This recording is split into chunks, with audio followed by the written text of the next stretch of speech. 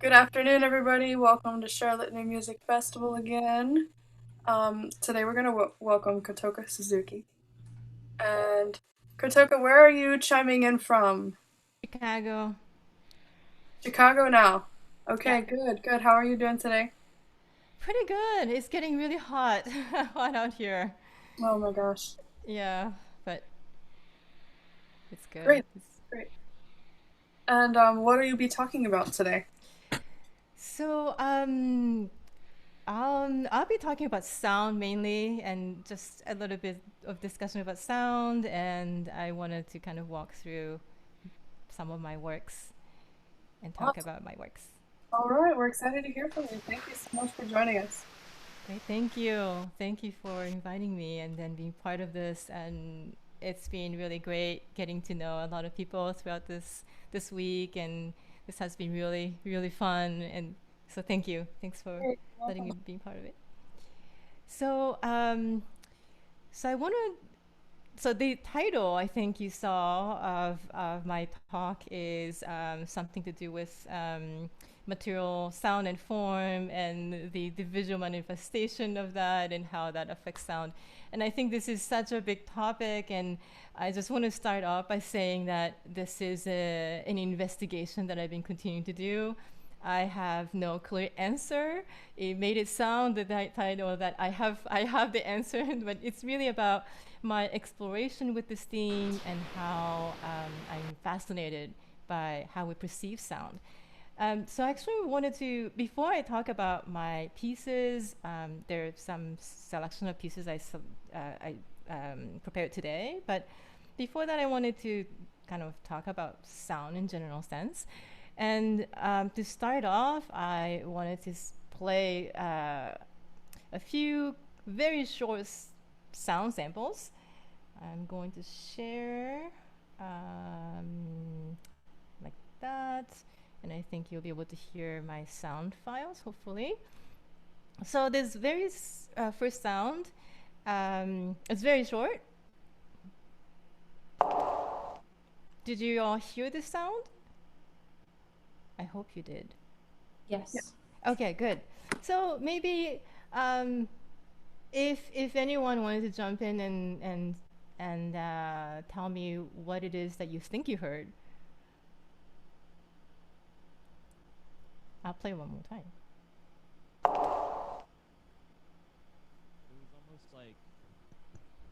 It was almost like heels. Can you hear me? Sorry. Yeah, Like high heel shoes or something in a giant hall, something like that. yeah. Yeah. And it's amazing that it's such a small sample, but one is able to depict what this is. In fact, I think, I don't know about you, but I can visualize this. I know, I mean, also because I'm familiar with this object, what shoe is, what the heel is. There's so many elements that is also embedded in this one sound as I'm sorry, I can't really see who's talking or anyone's face, and also mine while I'm doing this. But you know, you spoke about the resonance, this space. So there is also the information about the acoustic space. You can also have this sense of the size, perhaps, or at least the fact that the surface in which this sound is bouncing back, right? So the texture of that surface. Um, and also, actually, maybe what else is there some other elements within the sound that you observed, or other informations that I haven't mentioned yet?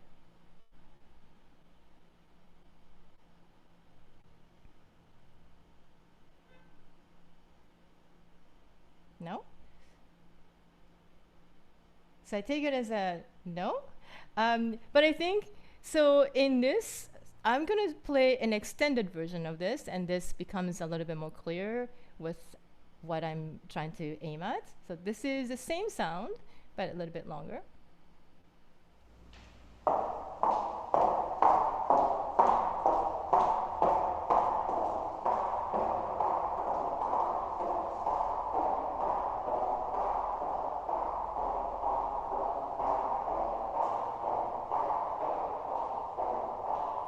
Yeah, you can hear better if you use a headphone.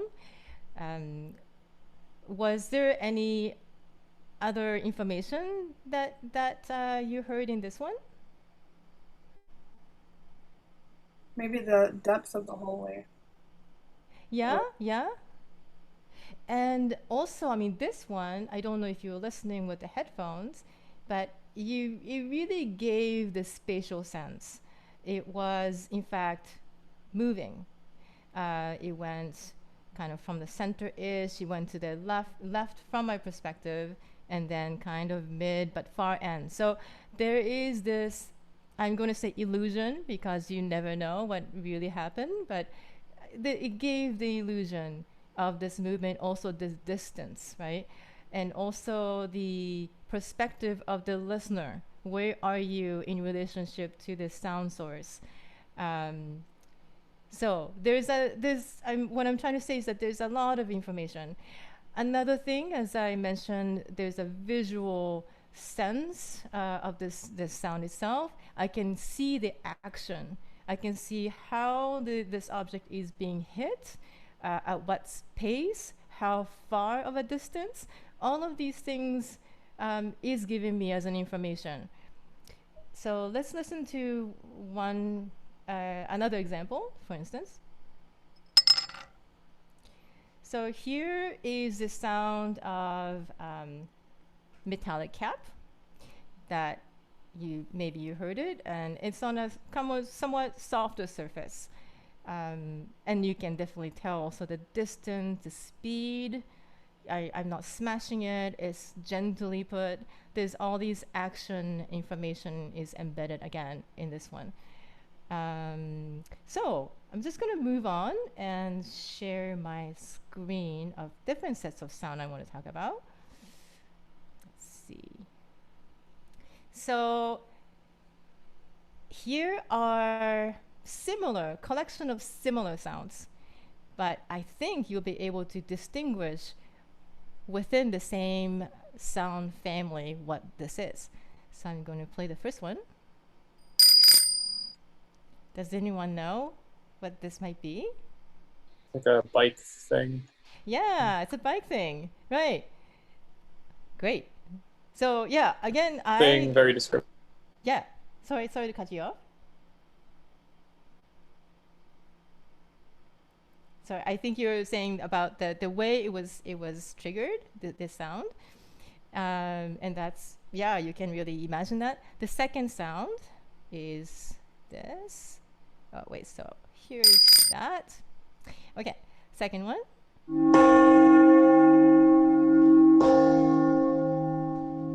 So this is an easy one, right? It's a church bell. I think most of us will be able to recognize. And this one.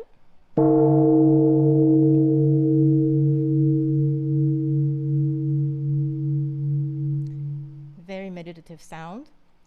So here is a temple gong, Japanese temple gong. You can also tell the size of it just from the way it's resonating. Before I speak further about it, I'm just going to move on to show you the other sounds. Here is. Okay, what do you think about this one? It's like a boxing ring bell, isn't it? Yeah, that's good. Because I wasn't sure if one would recognize this one easily because often it's stroked in a repetitive figure like this. I prepared a different version of it, and now it's like, aha, I know what that sound is. And also, again, if you are not familiar with this object or never seen a boxing match, you may not necessarily attach yourself with the sound, right? Just in a different way. You'll try to imagine sound that's somewhat familiar to what you know. Okay, and then so stop. Okay. So there was an overlap, but you heard this one. So this is a sheep sheep bell. And oh my goodness, so sorry. So here's a sheep bell that played, and the last one is that. Do you know what the last one? This one is. This last bell that looks like this. I think you can see it. Well, I for one didn't really. I'm not exactly familiar with this so much. This is when I look up the ice cream bell, this is what shows up. I don't know whether the ice cream bell is consistently using this kind of bell or different, but I think this is then a cultural thing. I don't necessarily connect to ice cream bell, but maybe for those of you who grew up and listened to this sound, maybe you have a different kind of attachment to this sound. So what I'm trying to say is, we all have, these have all different functions and purposes. They have, they can embed social meaning, when and how they might be used, and also how the sound is triggered, right? So if you know them, you immediately imagine that and understand it. In terms of, for instance, a temple bell, that is also something that you ring during the new year, transitioning to the new year. And so they could embed also different meaning by listening to this particular sound of the gong. So, okay. Now the next and last set is, they are sounds, oh, let's just hear. I think everyone will probably know the first one. I'm just going to play anyway.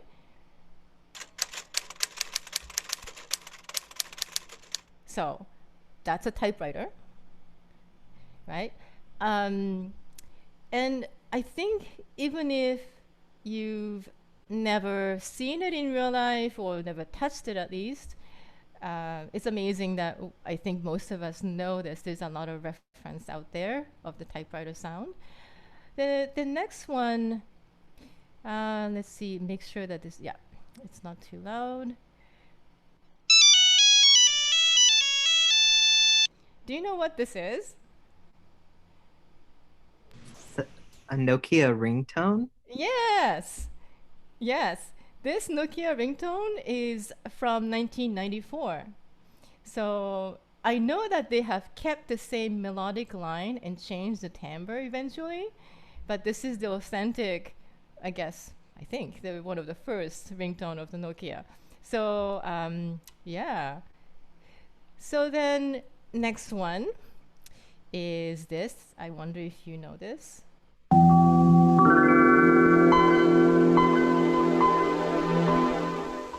Okay, any guess? I know that some of us know it. Isn't that like Windows 95? Sorry. Yeah, yeah, Windows. Yes, yes. I mean, this, I don't know how you know it, but I mean, for me, this is pure nostalgia. I had Windows 95. This was the sound I always heard. So when I hear it, it really takes me back to that exact moment, to that time, because it really is stamped with the time with these sounds. So here it is. And last one is a little bit annoying, but we'll listen to it, is here.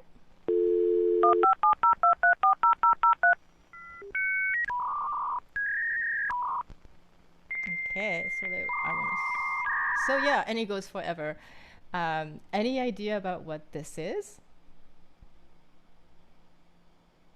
Dial-up. Yeah, dial-up, yeah. So, but we don't really hear this anymore, really. This is, this was so common in the 80s. I mean, when I listen to it, it just have like a lot of reference to the 80s and the beginning of internet. So what I'm really trying to say is sound can have multiple meanings as well, in addition to how you perceive and see the object. And what if you don't know what it is? So moving on, just the next topic is about how when you add a visual information with the sound, there could be some some mesh up or confusion that could happen. So I'm talking about the sort of relationship with the sound and the visual and how that plays out. So there is a, maybe some of you have seen this before.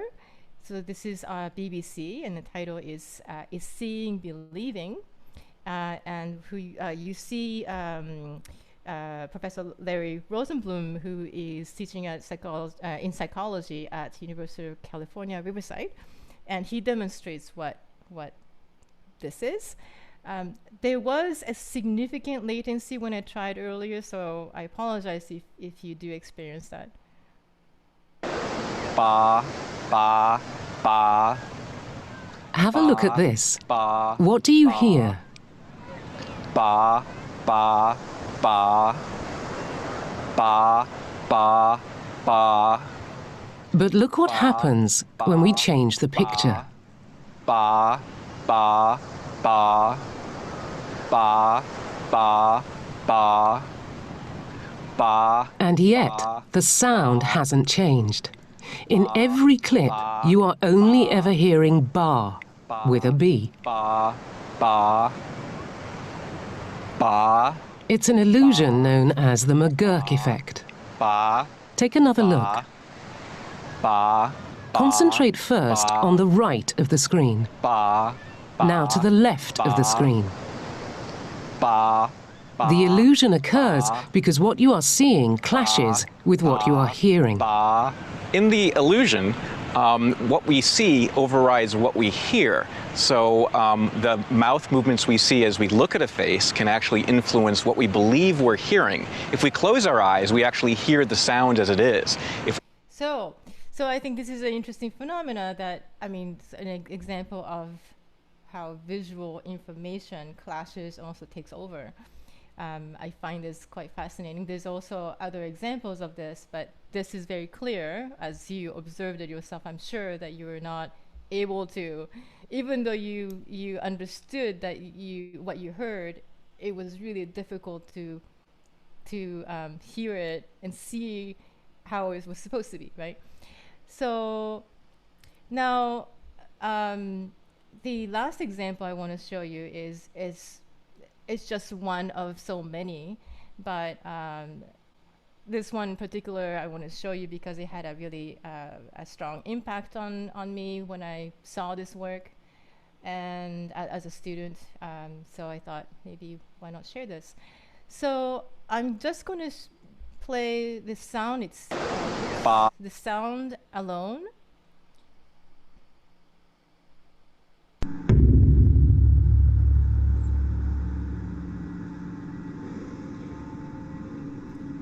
So you hear a very resonant bass drum-like sound that that echoes. It's amplified. And imagine that this sound is repeated every maybe 10 seconds or so, continuously. I think the sound itself has a lot of, for me, emotion. It's very rich. It's kind of haunting. So I want to show you what the rest of the piece looks like, meaning as a whole. This is just the sound extracted from the piece. So it's a video and sound piece. It's an installation. And this is a documentation that shows what it looks like in the installation room. So the camera will be moving and showing you how it's set up and what you hear and what you see.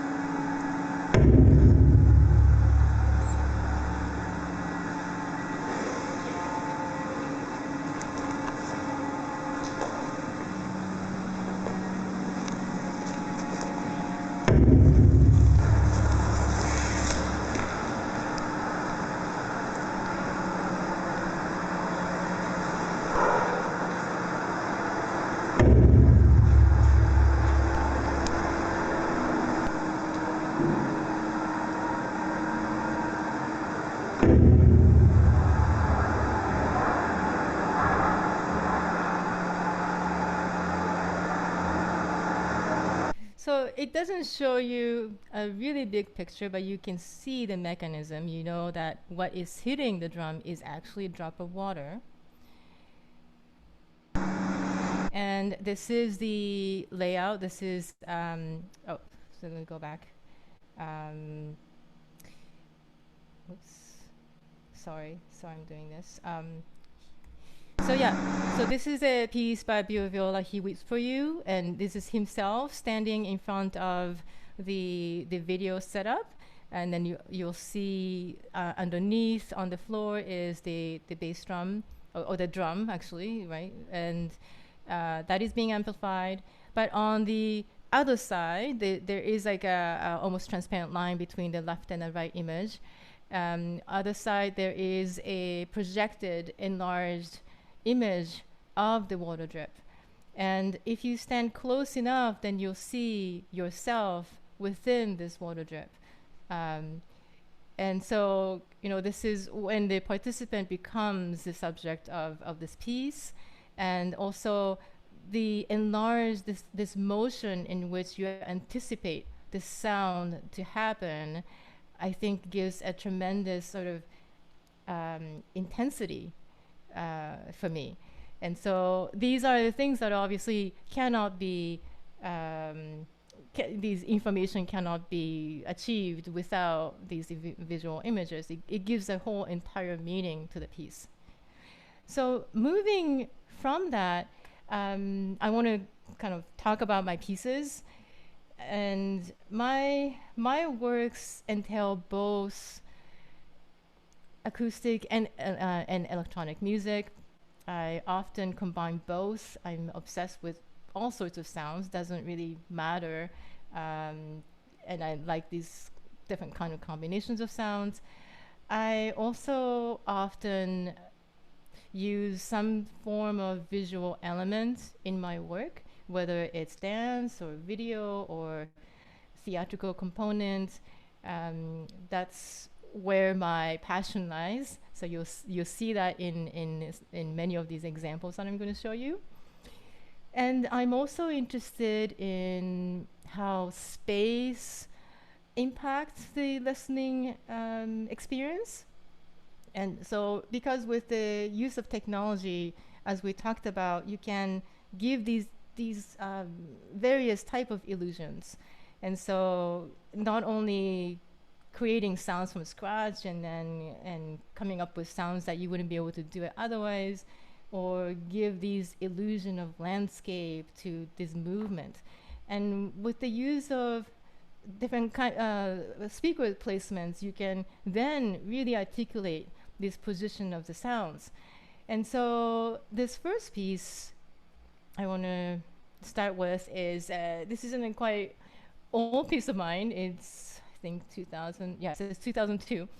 And this is the first collaborative piece that I worked on. And it's with Claudia Romoser, who is Austrian living in Berlin. And when I was living in Berlin, I was lucky to discover her, and we've been collaborating since then on several works, but this was our first. And I knew for a really long time I wanted to combine with video and sound in some form.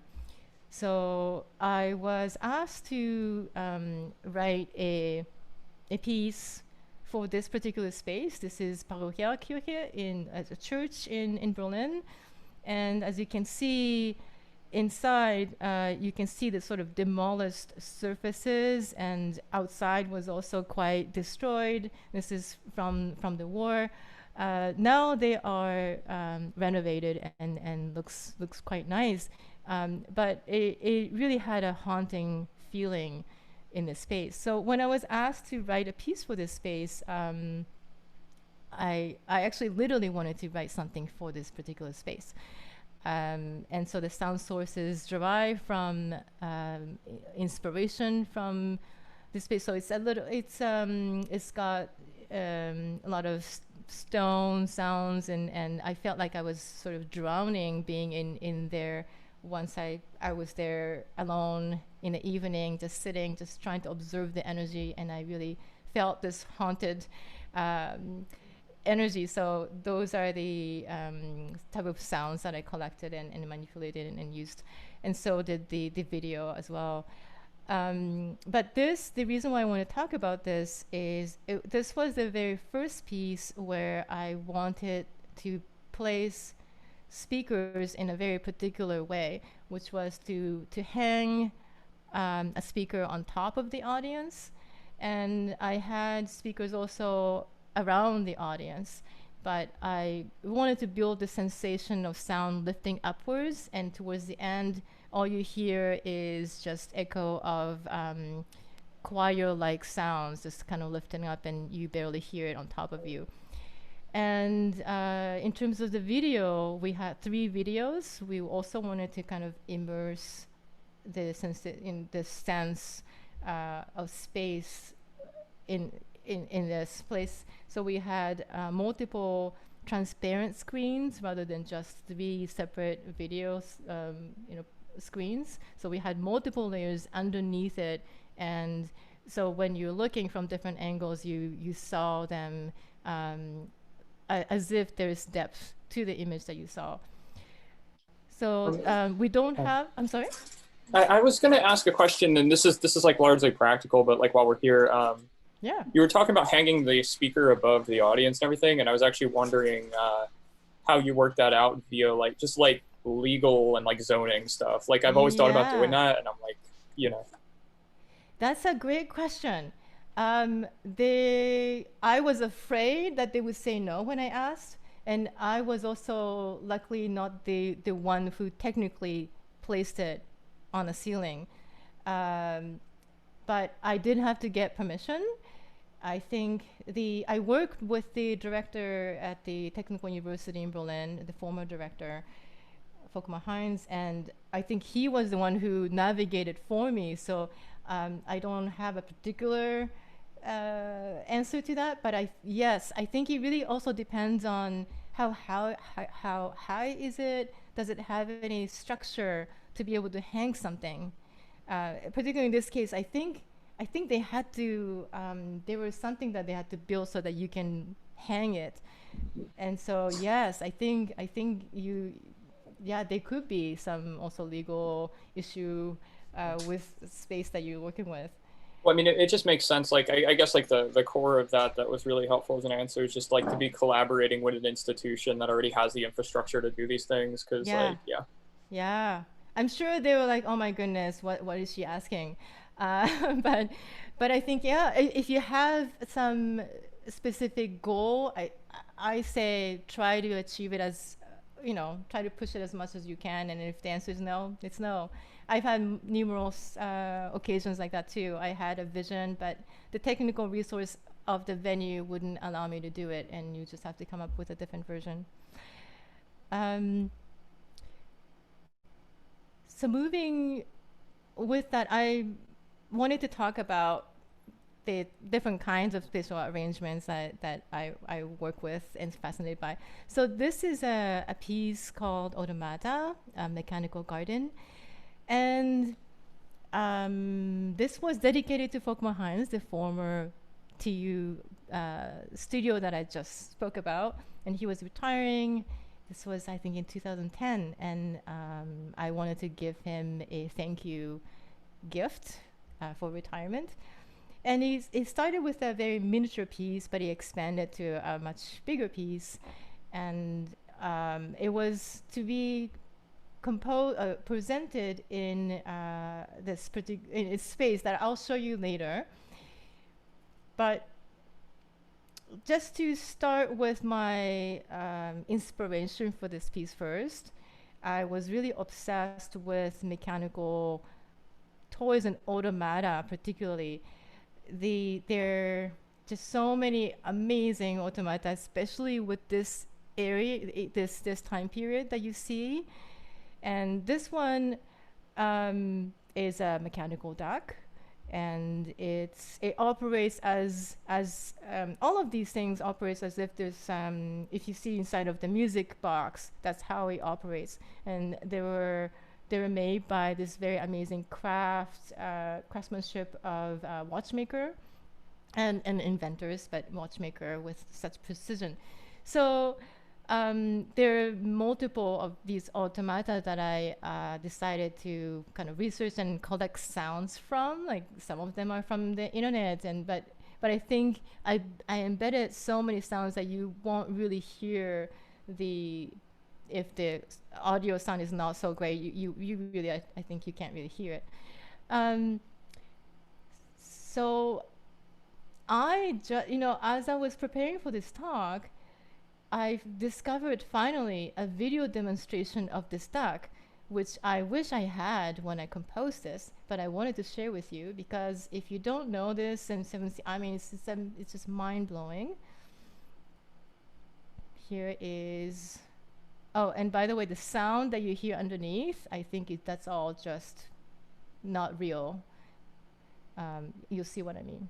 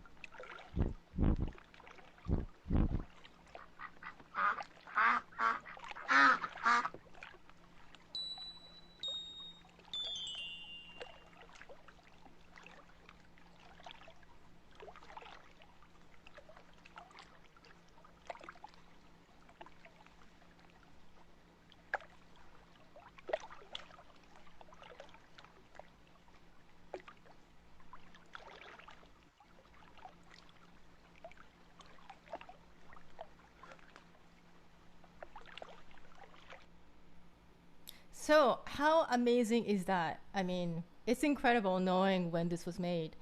The other amazing automata is this that I was so fascinated by. And this was given to Marie Antoinette.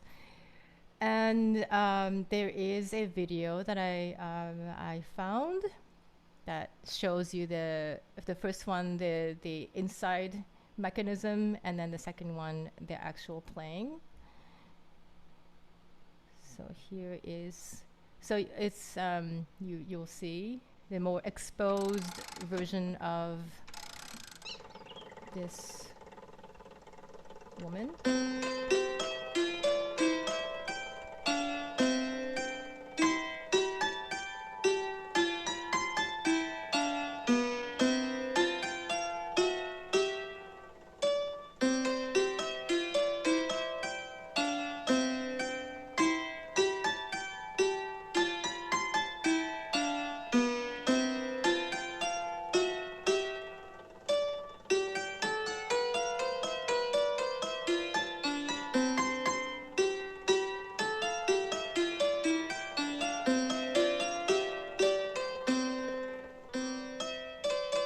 So yeah, amazing. So now I want to see. I want to show you. I think it's this one. So now you can see a version of her actually playing, and the sound is syncing to what she's playing.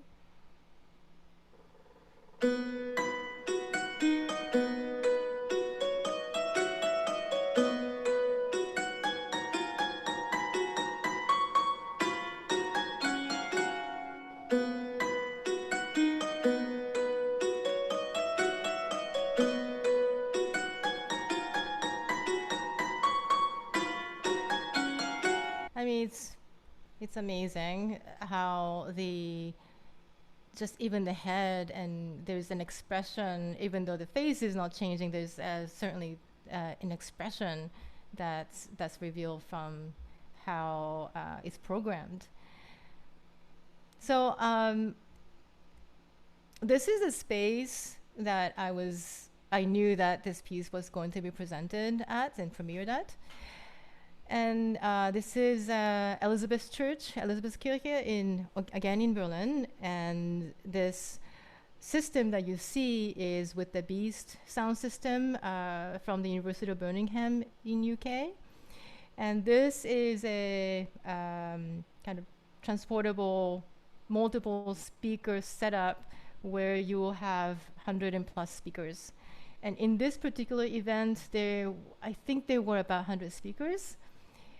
And so knowing that, I knew that ahead of time. So knowing that I wanted to have multiple tracks of different sounds, and also the sensation of these different layers was important. So sounds coming from, around you versus sounds coming from top of you. So I had arranged that while I was working. And to work on such elaborate system is very difficult, meaning not many institutions will have such a setup. The studio that I worked on in composing this was again at the TU studio, and they had just 8 surround setup at the time, so I had to create 2 different rings, separate rings of 16 separate channels. And then this is sort of like a very broad layout of, I had to sort of decide what sounds are going to go where in this 100-ish speaker arrangement. How do I want to place them? And this was a live diffusion, meaning I was able to change this arrangement if I wanted to, or gradually change the location. So maybe I have this one sound coming from the ground, and then 5 minutes in, maybe I could gradually put it to the ceiling and such. It also means that you need to rehearse to do that well. And so we were, I think, given maybe 30 minutes or so to practice and understand the system with an assistant, who showed us how to navigate this, and then you get to practice it for 30 minutes. But it's a really short time. So, but I had such fun with it, and to do in this kind of setup really doesn't happen very often. This was performed again in different locations, but I haven't been able to attend, or most of the time it's only done in 2 to 4 speakers arrangement. So I have made multiple different versions for different occasions. And just to kind of give you the feeling of this piece, I'll play some segments of it. So it's very lighthearted piece.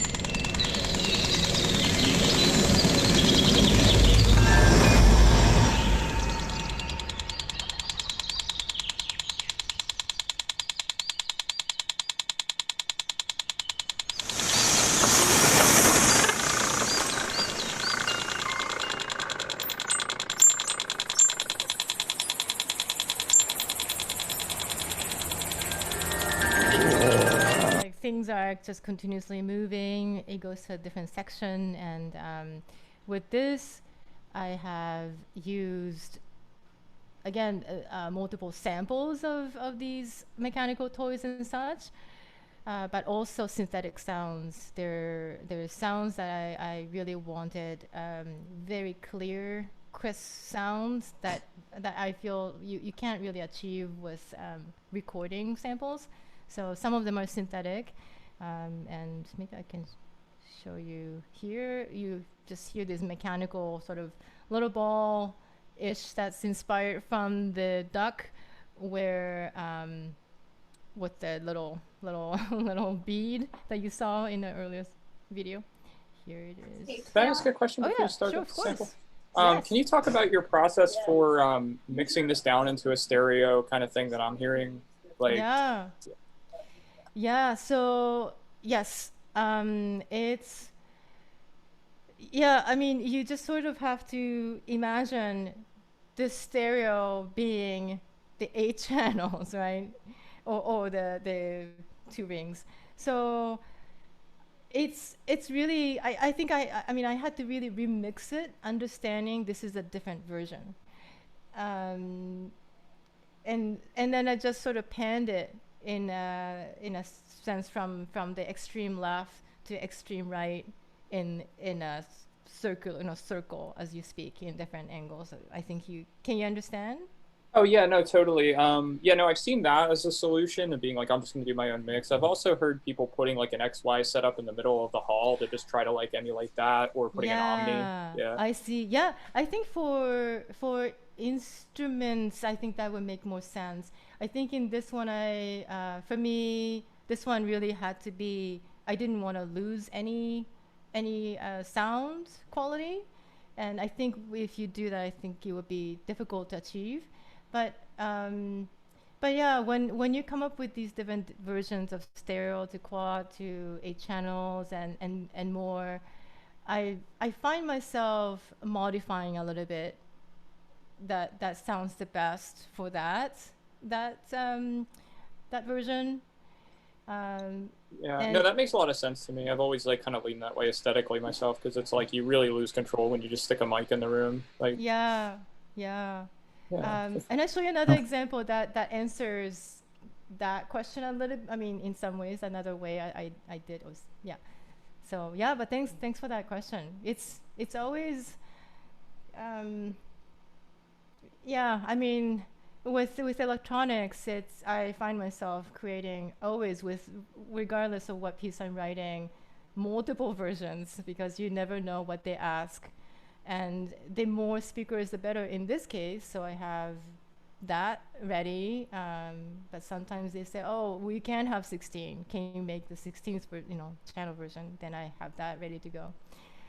Do you ever Um, have, oh, I'm sorry. yeah, go ahead. Do you ever have a drastic change from when you're doing this in headphones and experiencing what you want to experience privately, and then when you put it in quote unquote the real world? Like, have Yeah, you ever had to just scrap ideas and restart from scratch when it gets to that that's method a of great installation? question. Yeah, it does sound different through headphones versus the actual world for sure. Um, I often, I mean, I make adjustments when I project it in a space. There's often, like I use a lot of EQ. There's lots of high resonance that it's not as annoying when I listen to headphones, but then it becomes really super annoying in the room. Or that kind of timbre adjustments, I find myself doing quite a bit. In terms of the compositional idea, I think that hasn't happened to me yet. But yeah, I mean, it is very different. You're right, and I try if I have a chance to go to the studio that has some kind of surround setup. I almost always try to do that and hear it in a different space. Um, so multiple different setup, then you know that it sounds right because you've tried it with different speakers. Does that make sense? Yeah, thank you. Okay, yeah. If I could ask, I must have missed the title of this particular work. What is this one called? This one's called Automata Mechanical Garden. This one's still Automata. Yeah. Okay. Yeah. And so I actually, the next piece I'm going to show you it's quite similar in a setup. And this is Reservoir. And so this is, what you see is a setup at ZKM, Center for Arts and Media in Karlsruhe, Germany. And I did a residency, and they have a big setup in the concert hall. They have a bigger and more speakers setup. And this one is a sort of miniature version of that. And I had the chance to do a residency. Excuse me, sorry. And so I decided to of course take advantage of this setup. And in this, I spoke about in Umidi this sensation of rising. I wanted to explore a little bit further with this piece. So there's a lot of sounds that swirling, but also kind of, I wanted to experiment with the vertical. How does the vertical sound sensation would be like, and can I achieve that most effectively? So this piece is for voice and fixed media, so electronic fixed media, and was composed for Javier Hagen, who is a member of Umzunjip in Switzerland. And I always kind of have to have an inspiration source. And so for this one, this was the time when, I'm just gonna show you the text. This was the time when, shortly after Amanda Todd suicide, I think maybe many of you remember this, and she posted online about her cyberbullying, and then she committed suicide shortly after that. And I was really, really taken by that. And as I was online looking for things to just go, researching through this suicide blog came up, and it was, how should I describe it? I was really taken. It was disturbing, I think is another word I would use, and heartbreaking. This blog was about a person asking the best method to basically kill himself by drowning. And amazingly so, a lot of people chipped in to help him figure this out. So suggestions about where he might consider, how he should do it. I mean, it became very, very detailed to a point that it became really disturbing. But I was really, taken by that. And so this is a text that I really didn't change anything. These are texts that I saw on the blog and ordered in a way that I felt made a story. So it is about drowning. You'll hear sounds of water. There is the sensation of, I was trying to create the sensation of drowning in this three-dimensional sound space. Of course, you can't hear that in the excerpt that I'm going to show you, but here is the portion of the score.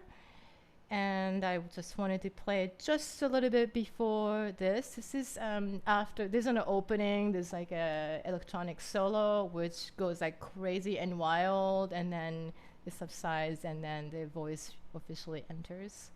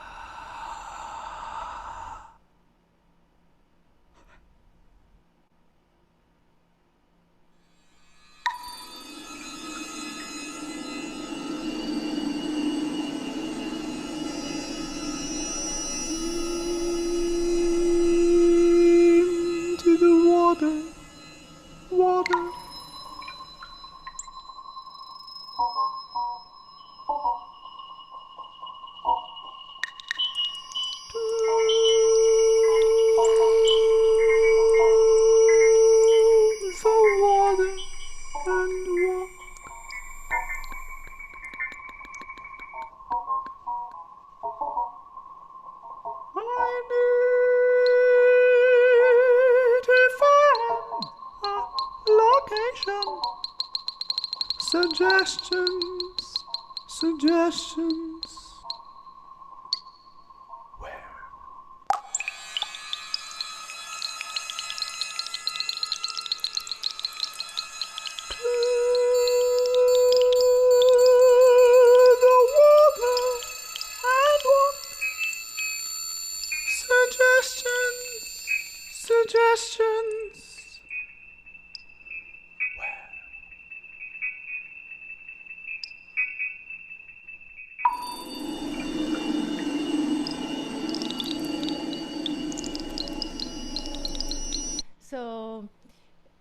you can hear the spatial aspect of this piece, but I really wanted, so these sounds that you hear dripping is mostly from above and gentle. I mean, this position really mattered in this.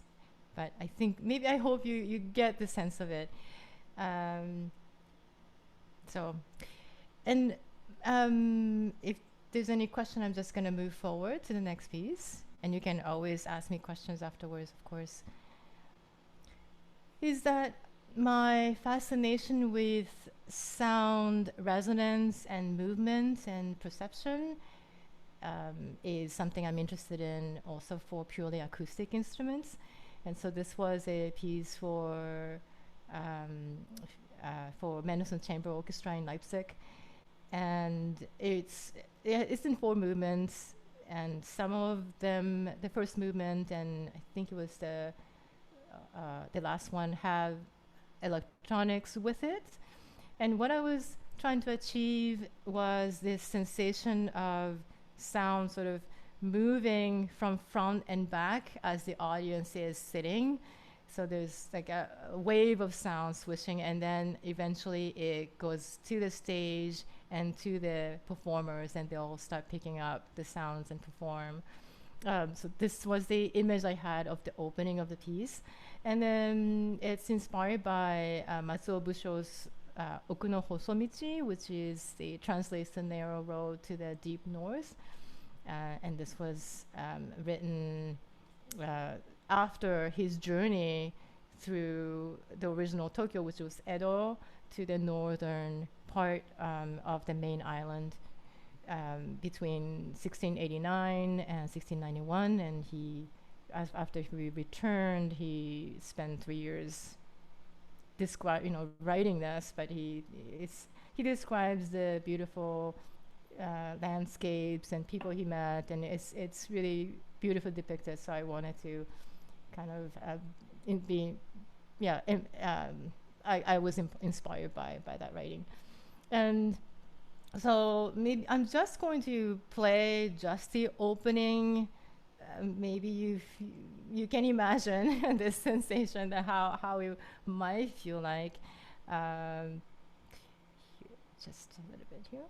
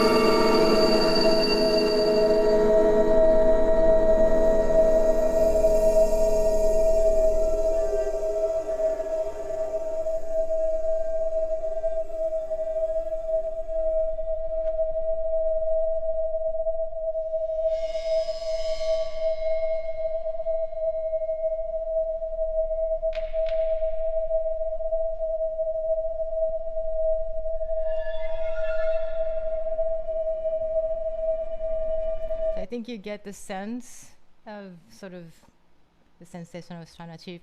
So this is an example where I really wanted for speakers, at least, so that you have in the back, obviously, and then front or in between, and have this really movement to the max, really. But this, in this particular concert, this was with the Sinostone Festival in Germany. And we only were able to have a stereo setup. So then I had to make a stereo version. So this is that answer to the earlier question. Then this is another, I want to show you, another example of just purely instrumental, but also trying to explore spatial arrangements and sound. So this one, was there a question? No. Sorry. So I can't see you. So sorry. Apologize. So this piece is called Orbit, and it's really, I was asked to write for a saxophone octet, but I decided that this piece will be flexible in terms of also the range, that it would be able to accommodate with other instrumental group, and I think it will still work. The idea of this piece is really purely about the arrangements of movements. So there is a counterpoint of different movements. Yeah. So this is what you see is the opening of the score. So it just opens very slowly with that order from performer one going to in order in circle, and then the other one goes in opposite direction. Oh yeah, this is not the opening, but this is one of the beginning of the piece. And this is a photo. I know it's dark, but you can see how it's supposed to be laid out. So it's in circle around the audience. So you hear this rotation or movement more clearly. And then I feel really lucky that I was able to record this on a video. So when I was at ASU, with Daniel Dixon, and I had the video edited by Dan Shannon Spence, and with the ASU sax choir who I wrote it for, and Christopher Crevison who was directing, and we decided to take each performer alone, and then so that I can have a presentation of this, let's say in a gallery. So I have 8 separate tracks of video and a sound, and I can have it as an installation as well. So we made a video compressed, so 2-dimensional version of that, and that I wanted to show just a little bit, so you get an idea. Hopefully you'll see the movement of the sound with this.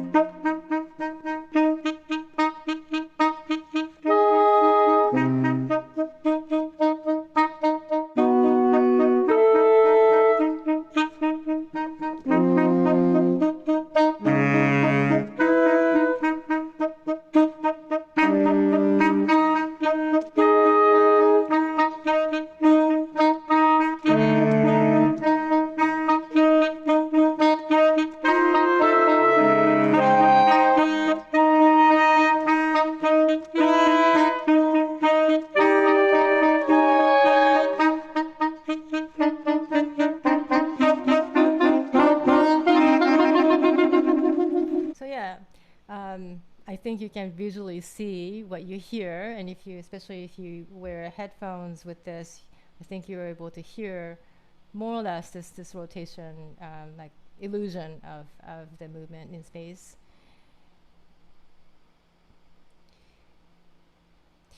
So these few, I guess, few next segment is my interest in expanding this idea of the space, but also using some kind of visual present and material like the video. There are quite a few that I've explored and worked with the same artist that I showed you in the very beginning of the piece, Umiri. So this is Kaizen with Claudio Bomosa again. And then we've collaborated with also engineers, Rainer Kohlberger and Thomas Seelig, to do the video and audio processing.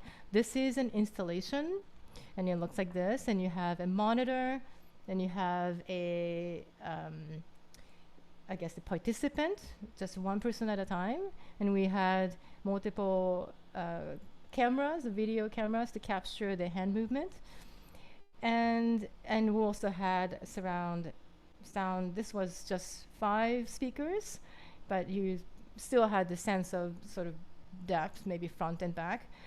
And the idea is that you'll see an image and you'll be able to manipulate certain aspects of the visual element. If you put your hand close enough, you will be able to track it, or you'll be able to trigger some sounds that's embedded underneath certain image, and you sort of have to discover that. And as you explore, you're actually creating new sounds and new images. So every time you go with it, it's some more or less, it's a different experience. But there is a narrative, like a already defined narrative that you, as you participate, you're able to move forward. And if you don't, then it just goes back into like a default setting. And here is the speaker arrangement that you see. And this is the just image of how the video is captured. You see the screen. So these are some images of people, the audience, of the participants interacting with the piece. We had this installed in different places, I think in Berlin and Barcelona. We also did a Stanford Center for Computer Music and Research. Here's another slide, and this is our Karma Center at Stanford. And maybe to show it to you better, I'll play just a short segment of what it looked like. And this particular one is in Berlin. I think it was can't remember. I think it was through Ultraschall Festival. Here is.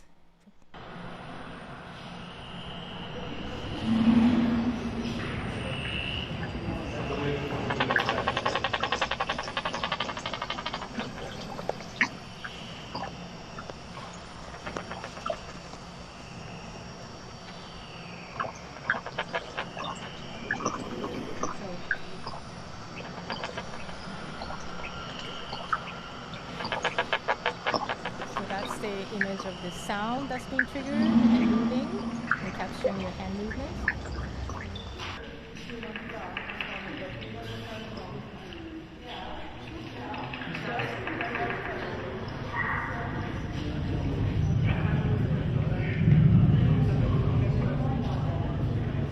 Just fast forwarding a little bit.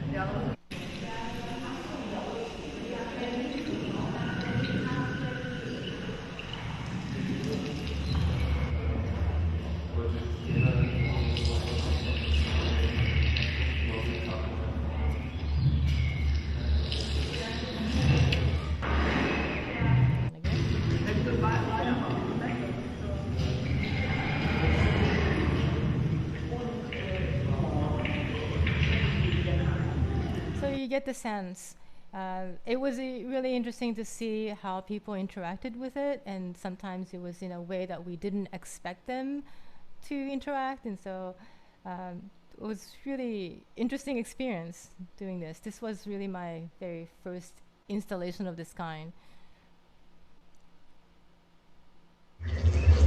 And this I wanted to, this maybe I just go quickly. This is Cinema Vertigo, and this is really Claudia Homoza's project, who came to me and said, can you do the sound portion of this piece? Can you be in charge of the sound? And I said yes. It's because it really aligns also with all the things that I've showed you already. It is about space. It's this installation in an old former salt factory in Salzburg, Austria, and using this elevator that you see, still functioning elevator, and using this whole space as a cinema space. So she called it Cinema Vertigo because the projection literally is very vertical, and it uses like sensation of sort of falling vertigo. And you have, so as the participant interacts at the bottom of the screen, you activate and interact with sounds and these origami-like objects, and then they start to ascend, and then reaches to the top where there's a bridge, and then people can also interact with them there and drop these little objects, and the elevator also triggers the sound. So here's just a mock-up. I mean, we worked with the dancer actually to see how she would react to it, and whether these motion and movement interacts and works well with the image and sounds that we have prepared, and we modified that upon. And here's a segment that shows you what it looked like inside and the sounds.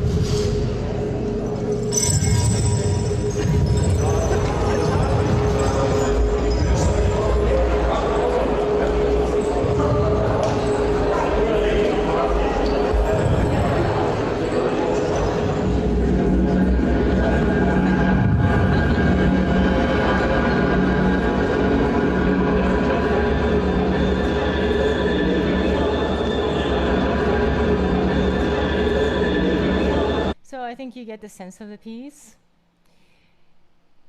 And the last sets, how are we doing with time? Are we okay? I think we're okay with time. Yeah, we're fine. Okay, good. Yep. So the last set I wanted to talk about is how I'm also interested in the physical gesture of the performer and how they impact the work and how they can impact the work.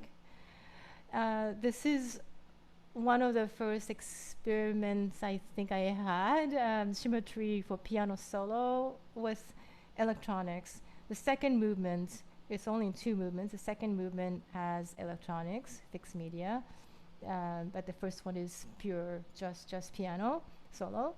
And in this, I wanted to experiment with just certain hand gestures. This is the opening of the piece, and dedicated to Jonathan Harvey, who was my mentor and my teacher. And it's sort of depicting this conversation once we had while I was a student and having a lesson with them, and we looked at outside. There was a beautiful tree that was moving with the wind, and he paused for a moment, like, "Oh, look outside! Look how beautiful it is!" And he said in such a gentle manner. I still remember that moment. So I thought, in memory of him, I thought the first one should be about that moment and depicting that flowing leaf of the tree. So there is a lot of these gestures, and in some moments there's a pianist who kind of lifts up the hand in certain motion and doesn't actually play the key. So there's no sound, but there's only hand gesture. I thought that could be interesting. So this is just the starting point. And then I thought, this is another piece, not in chronological order. Any of these pieces that I presented to you are in chronological order, really. This is utterance in motion. I wrote for Robert Spring, who is a phenomenal clarinetist and my former colleague at ASU where I taught before. And he asked me to write a piece for clarinet solo, and he said possibly and with multimedia, some kind of video of some sort. He specifically asked me that, and this was to be premiered at Clarinet Fest in Belgium. And so another thing he actually asked me was to come up with a piece that would make him nervous. He is, as I said, he's a phenomenal performer, and he has performed anything you can think of. And so I thought that's amazing that he's asking me this. I'm just going to do something really weird. And he's like, yeah, just please do something weird that I've never done before. So I thought, what an opportunity. I'm just going to expand this idea of theatrical gesture and see what happens. So this piece is video I kind of imagined a setup. I hadn't had the opportunity to actually fully set up the way I really imagine, just because of the way the stage is designed and the way of the technical capacity of, just all different reasons. But I did imagine having these kind of transparent screen in addition to the video screen, and also asking him to move. There's a choreograph to this. He has to move.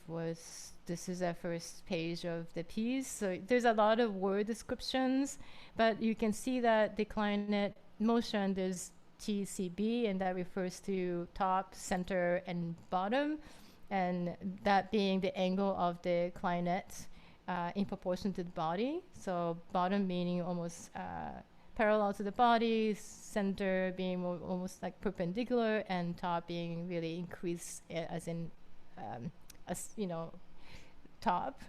And then in addition, there are spaces where he needs to go throughout the piece, and approximately how many steps he should have to get there, and also these angles of the motion that he's doing with the clarinet body. And in addition, I've asked him to do hand gestures, and this I should have mentioned earlier is inspired by the process of mourning. And so these hand gesture, I collected some different hand gesture that signifies mourning, in, like, for instance, from no theater to different gestures that will signify the gesture of mourning. So those things are embedded throughout the piece, and the video component is, me and Claudia, which I think I haven't mentioned, this is also Claudia Hormoza. I thought I hadn't worked with her for so many years, and I thought, do you want to work with me again? And this was a wonderful opportunity to work with her again. And so we talked about what we would do, and we decided, why not make the video element resemble, or if we have the mood of the stage, why don't we make that onto the screen itself? So she made a miniature setup, and then she had made a video shooting that miniature setup of what you imagine. So it's like an imaginary stage setup. And I'm just gonna just a little bit of clip of this, and you'll just see the video, not the performance. I actually don't have a good documentation yet of this, but this is the video with the sound.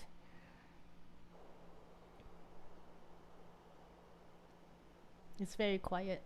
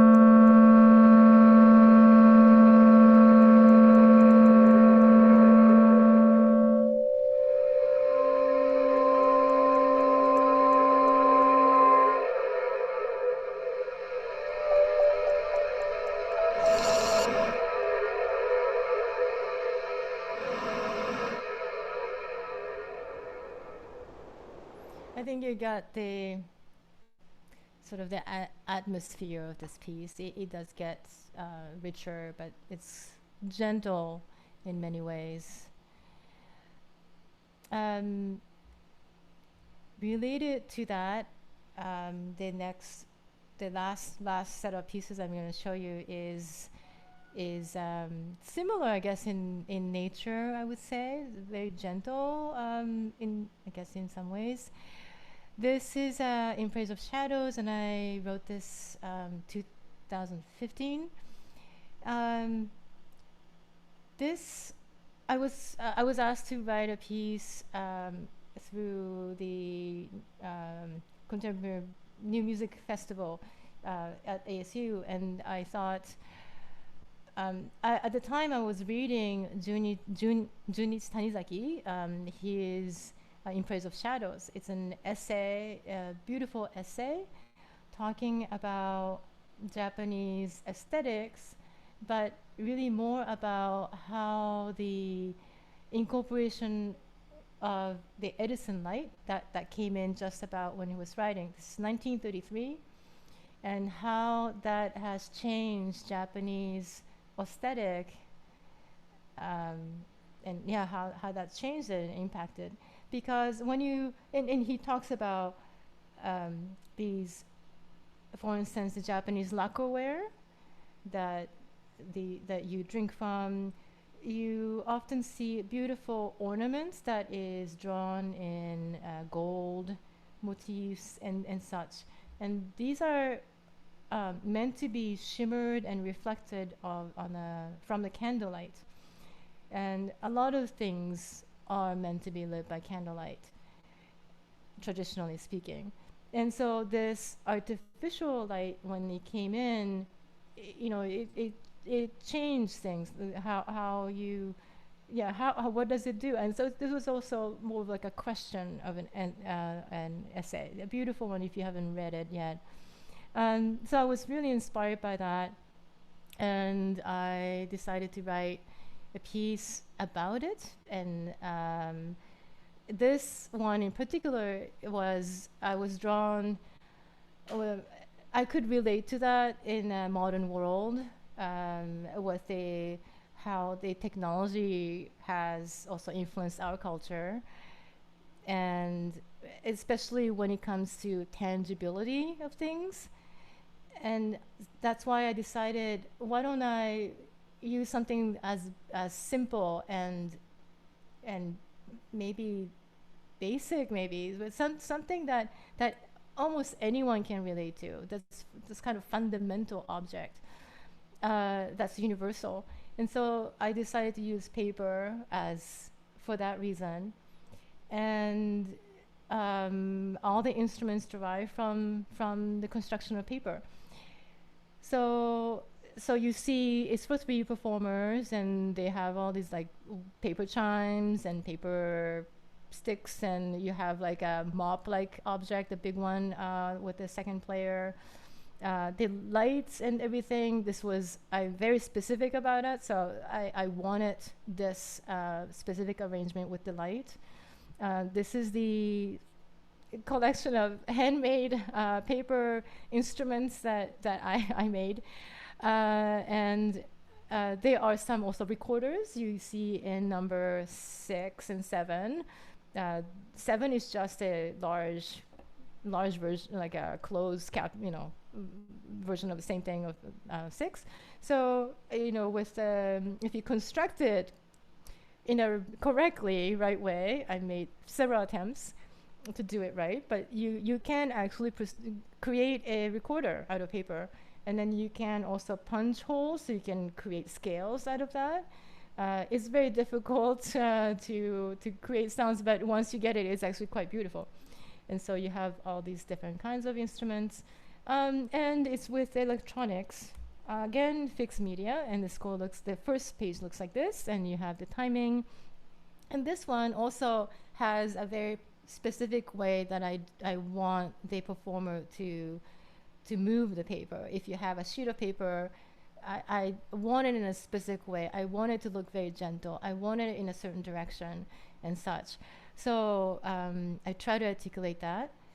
And here is a segment of the piece. And this was at ISCM in Vancouver, I think a couple of years ago.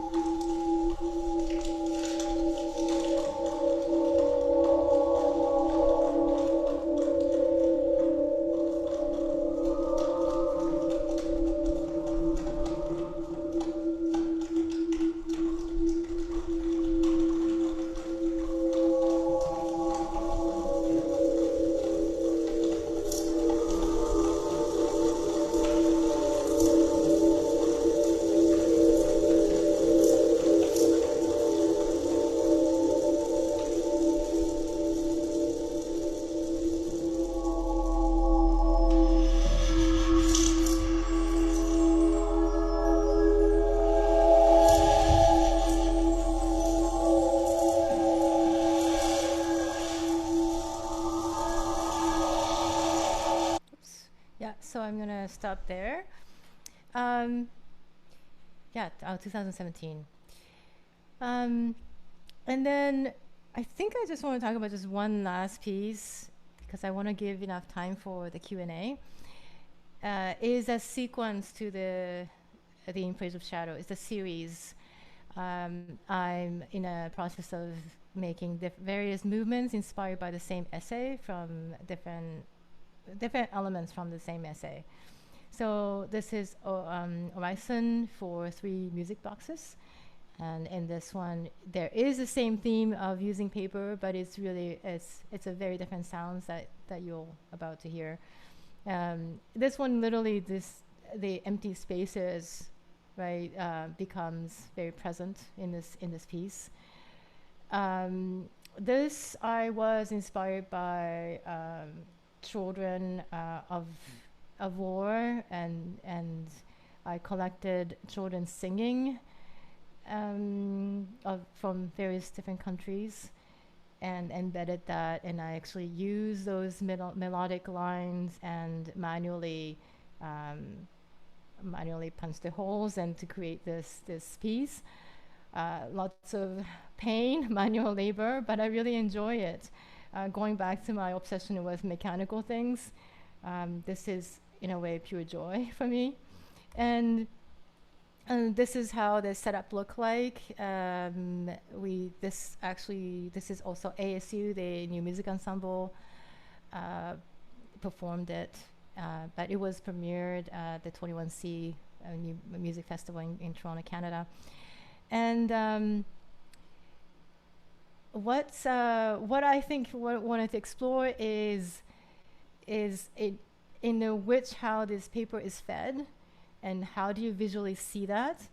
I wanted to have one, eventually the first music box player will start to feed his or her paper and thread it to the next person, and that gets threaded to the next person. So eventually they all play the same. But also there's that time actually towards the end, one of the players actually play a 3, removes and invert it, so it becomes, I think, a retrograding version of the same melodic line that they have used. So it was actually kind of fun for me, kind of making this puzzle of music, and there was a lot of calculations involved and accuracy involved. And this is a example of the very first page, where they just thread the paper without playing. That, I think, for me it was really important that they don't make any music yet. They just thread the paper. Here is the sort of demonstration of the opening that you see. This is sort of like the type of action I wanted, going back and forth without making sound. And this is a photo image of ISCM from 2019 in Estonia by the Form Ensemble. And so this was such a dramatic setup. This was not just for my piece. It was just a very phenomenal, dramatic venue.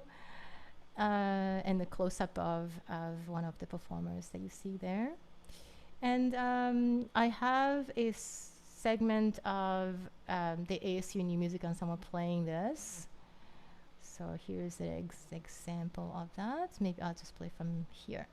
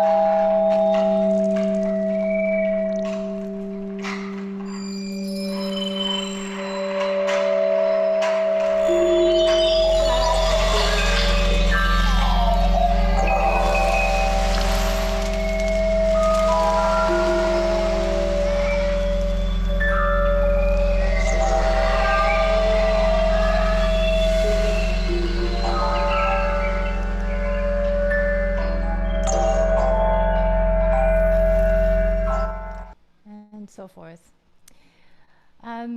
I think I'm just going to end here and see if there is any question. I had. Oh, sorry. Yeah. Thanks, Austin. So I had a question about the transparent screens in both Utterance of Motion and in, I believe it was Automata. Yeah. I'm not sure I understand what the transparent screens are or what they do. Could you please explain those again? Yeah. So not in Automata, but the Umidi that I spoke about, the transparent. Okay. So it's basically what's the word for it? I'm just blanking, but it's basically you can see even though you're projecting it. Often I think it's a rear projection screen, so you can see through multiple layers. It emits light through, but still able to project it. So basically, instead of being scrim, that's what it's called. Yeah. So basically, instead of being an opaque surface that is projected onto, you see it go through with each layer. It slightly, I guess, with each layer, it slightly changes. Is that the idea? The idea is that normally you project it from the front, and so the back is not seen. Behind the screen is not seen. So in this case, you project it from the rear. And so if you put multiple of that, you can see the multiple images through as a layer. So it gives you a three-dimensional effect if you do that. Or in case of the utterance in motion, you can have lights and you can have a more clear image of the shadow if you stand behind it. Okay. Sorry. Yeah, it's a bit of I'm gonna do my best to try to visualize that. It's a tricky thing for me to visualize. Yeah. Actually, one example you could see, I think I mentioned about Bio Viola, but he did a lot with multiple screens. So if you can find some images or video, I don't know if there are any, but if you might be able to find something what that might look like. Bio Viola, the video artist. All right. Thank you. Yeah. Is it all right if I jump into a question? Of course. It's so hard to not, there's 20 people in the room. I just yeah. So a lot of my questions that have been floating through my mind are like largely practical. And I guess I was going to ask for your advice, like you, in, how do I say, justifying like these larger projects, because I imagine a lot of your time is spent between applications to larger things and applications to grants, right? And I think some of the questions that I always get from like these committees, or I imagine getting from these committees, because like I write opera, so it's like, well, why do you need 10 characters and why can't you do this with 5? And like the truth is, like, you and I can I could write with 5 characters, you could write with way less stuff. So it's like, and like I understand the necessity of it as an artist, but to these committees, like, what is your pitch to be like, I need to do the biggest version of this, Yeah. How do you approach a big project and to realize that? Or not just realizing it, because like, I mean, like, because like obviously, like, as an artist, like, we understand we want to do like the most authentic kind of version of like our vision, Yeah. But I guess like, I don't. It's just like, as a composer, like existing in like kind of like, especially like an American kind of like capitalistic market where we underfund art. So I noticed like that you spend a lot of time in Germany and these other markets that fund this kind of technological innovation better. But especially competing in the American market, when I pitch these larger projects, they're just kind of like, well, why would you need that? You know what I mean? And I was wondering I mean, I guess thoughts that come to my mind is to, even though I know it's hard because you want to realize the version that you want, but I think to have different possible setup, it is a compromise, I think. But I think if he can expand and to more possibilities of performance of that work without compromising the work so much, if you can come up with that, I think that would be great. Yeah, no, I mean, I agree with that as like as advice for somebody that's like kind of like I'm just at a lower tier of being able to apply for some of this stuff. So like I imagine like I mean I'll let you speak for yourself, but I imagine your music evolved from being kind of like smaller, intricate projects to finally like getting these larger grants with funding to really blow it up. Yeah, I think I took every opportunity if someone came to ask me something. I think these are the developments. Luckily, actually, when you see the reason I have a lot of connection with Germany is because I applied for grant. It was a residency, and then I moved there. It was like a 1 year residency, and then during that time, I built connection and I stayed there for a while, and so that had a lot to do with it, of course. And the specific venue that asked me to do something had a lot to do with it. For instance, going back to Automata, that big setup and things, until that time, I said I would never ever write for electronic solo piece. I have no interest. But then they came up with that. It's like, yeah, I'm going to do that. And so somehow then it kind of evolved. But yeah, if that didn't happen, I think I would have, yeah, I think I would have still tried to come up with a smaller scale version and see how that takes place. Thank you. Yes. Yeah.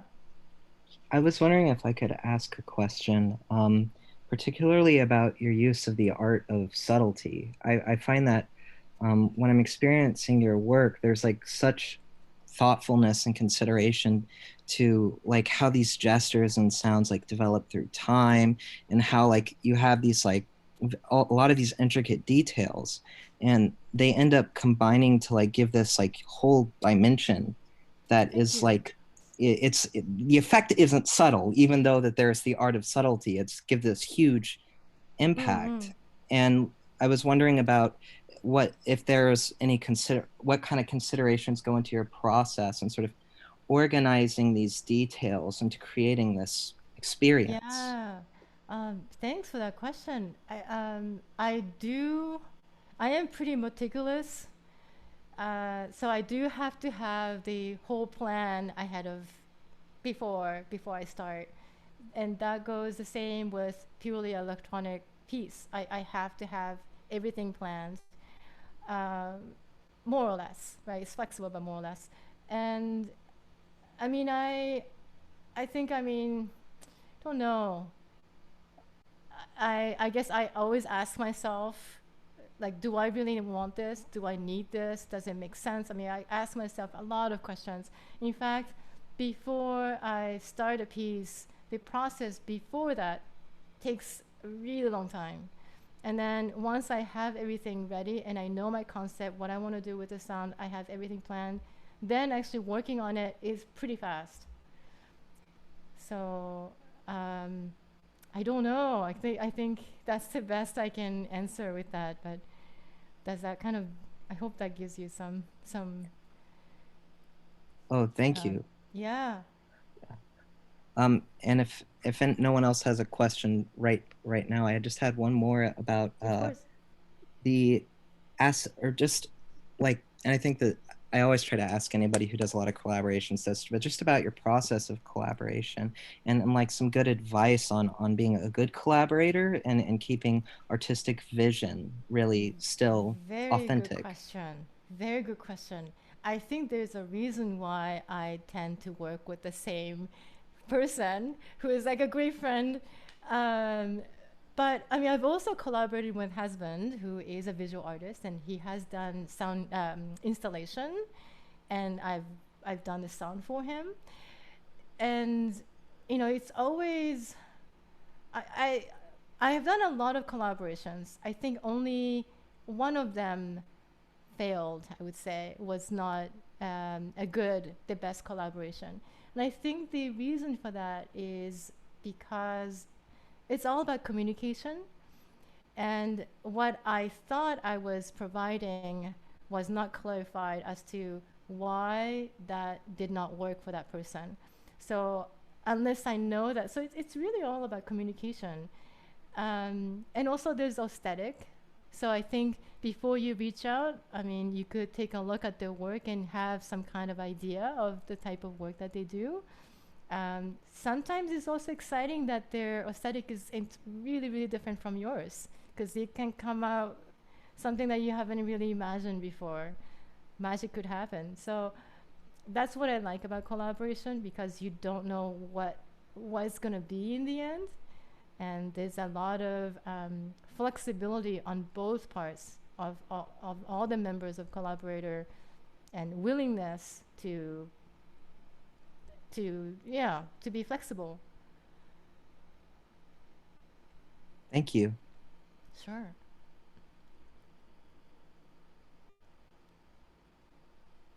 Are there any other questions?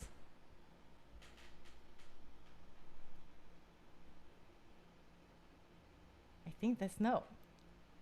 Sorry, I have a question. Oh, okay. Could you talk a little bit about how you managed pieces that combine interaction or maybe even like generative things with still building a narrative in those pieces?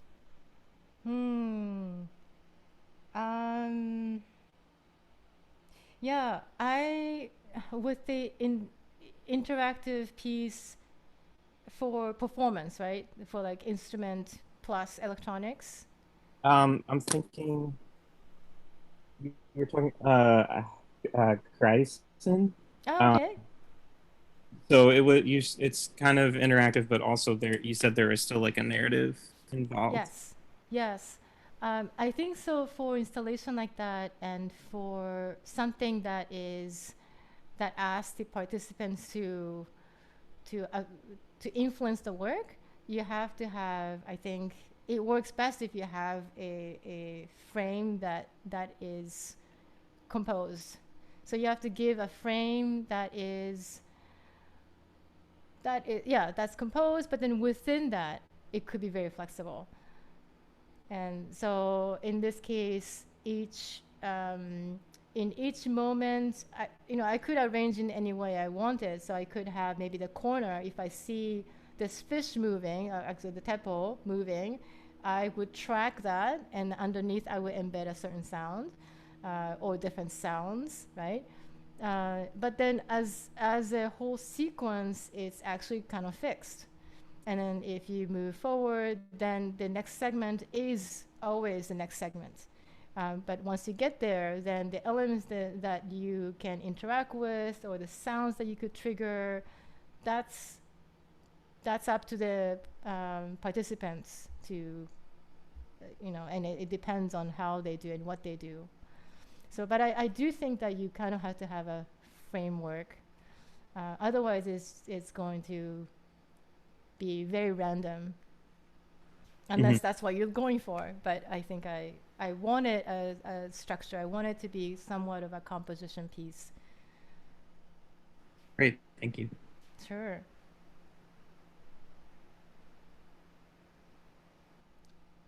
Yeah. If I could just ask one more question. Of course.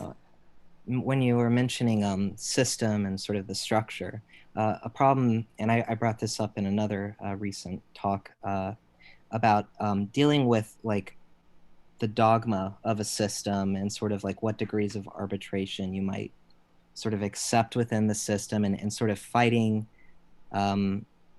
like fighting the system, or like finding that organic blend between that sort of I don't know if we would call it a composer's intuition, and the balance between like system and structure, even though it's like all part of the compositional process. But if you could just comment on that.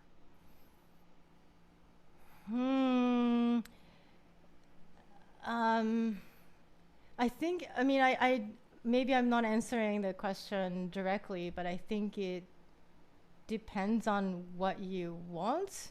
Like, what is the piece about? What are you trying to express? What do you want the audience to take away from it? And I think, yeah, I think there needs to be balance. But I mean, I guess I'm referring to how I deal with it, and personally, I enjoy the most when I have, you know, some framework, and so I don't know, and you could, if the system you're speaking about is other type of system in composing your work, right? That, right, and then if that works and you can make it sound organic, sure. I mean, I've dealt with, you know, I also made a kind of improvisatory piece with video and piano triggers some sounds, and the sound triggers the video.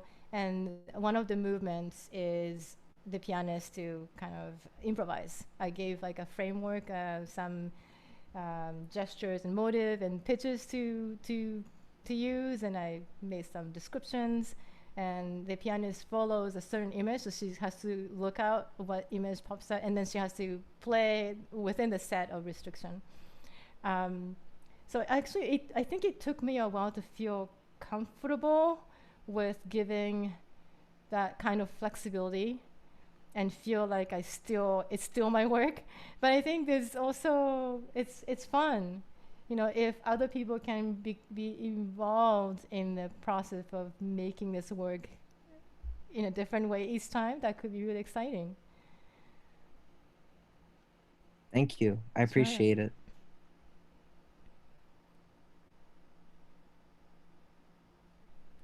So, yeah, feel free to reach out to me. I know you all have my contact, and you can, if you have some questions that you're like, oh, I wish I could ask that question, just feel free to reach out, and I'll get back to you. All right. Well, thank you so much, Kotoka, for your time and opening up our ears to these palette of sounds. Really, really beautiful pieces. Thank you. And sure, everybody shares that. So if there's nothing else, after this, we have the Duozanda flute workshop happening at 4:30. So thank you again, Kotoka. Great, thank you, everyone. Thanks for all those questions. All right. Take it easy, guys. See you later. Bye. Bye-bye.